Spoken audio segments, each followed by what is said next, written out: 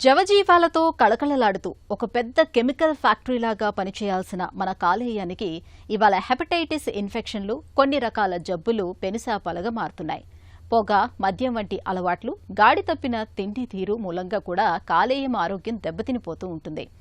కొన్ని సందర్భాల్లో ఇన్ఫెక్షన్లు తీవ్రమై కాలేయం పూర్తిగా నిర్వీర్యమైపోతూ ఉంటుంది.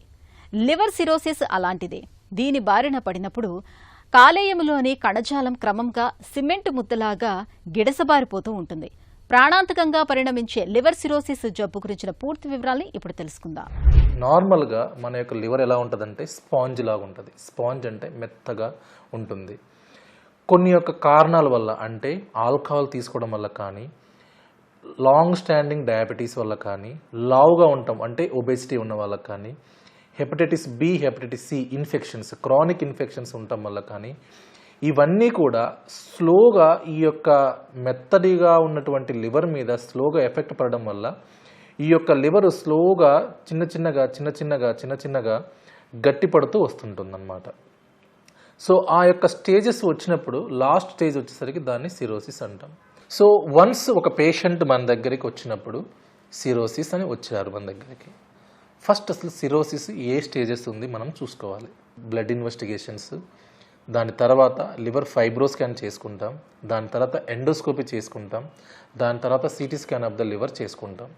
ఇవన్నీ చేసుకొని స్ట్రాటిఫై చేసిన తర్వాత ఈ యొక్క లివర్ ఏ స్టేజ్లో ఉంది, స్టేబుల్ స్టేట్లో ఉన్న పేషెంట్కి రిస్క్ ఆఫ్ బ్లీడింగ్ ఏమైనా ఉందా, రిస్క్ ఆఫ్ ఎసైటిస్ ఏమైనా ఉందా చూసుకొని దానికి తగ్గట్టు మెడిసిన్స్ మనం పెట్టుకొని వితిన్ 2 to 3 months ఫాలోఅప్ చేసుకుంటూ ఉంటాం.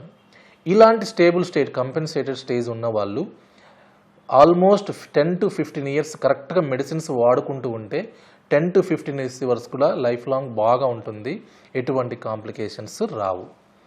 వన్స్ డీకంపెన్సేటెడ్ స్టేజ్ అంటాం, అంటే ఏదైనా నేను ఇంతకు ముందు చెప్పినప్పుడు బ్లీడింగ్ అవ్వడం కానీ, కడుపులో వాటర్ రావడం కానీ, జాండీస్ రావడం కానీ, మతి స్థిమితం లేకుండా ఉంటాం కానీ, ఇలా ఏదైనా ఒక స్టేజ్ వచ్చినప్పుడు మనం ఏమి చేయాలి?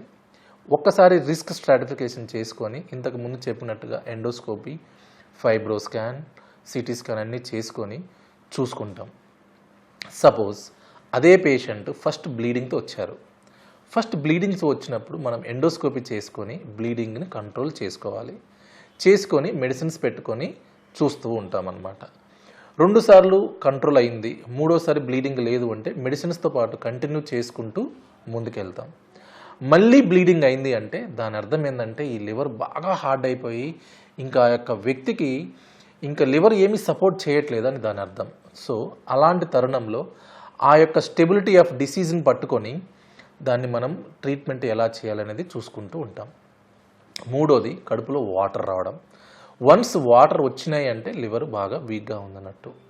మనం మెడిసిన్స్ పెట్టుకుంటే 50 to 60% మళ్ళీ అన్స్టేబుల్ స్టేట్ నుంచి స్టేబుల్ స్టేట్ కూడా వెళ్తారు, కానీ ఒక 30% మాత్రం ఆ స్టేబుల్ స్టేట్కి వెళ్ళలేరు. అలా వెళ్ళని వాళ్ళకి మనము లివర్ ట్రాన్స్ప్లాంట్ అని చెప్తూ ఉంటాము. 3వది నేను చెప్పినట్టు హెపాటిక్ ఎన్కెఫలోపతి అని చెప్పాము కదా, దానికి కూడా మనం మెడిసిన్స్ పెట్టుకొని కేర్ఫుల్గా లివర్ యొక్క సపోర్ట్ మెడిసిన్స్ పెట్టుకుంటూ ఉంటే కొంతమంది రికవరీ అయ్యేది ఈజీగా ఉంటూ ఉంటారు.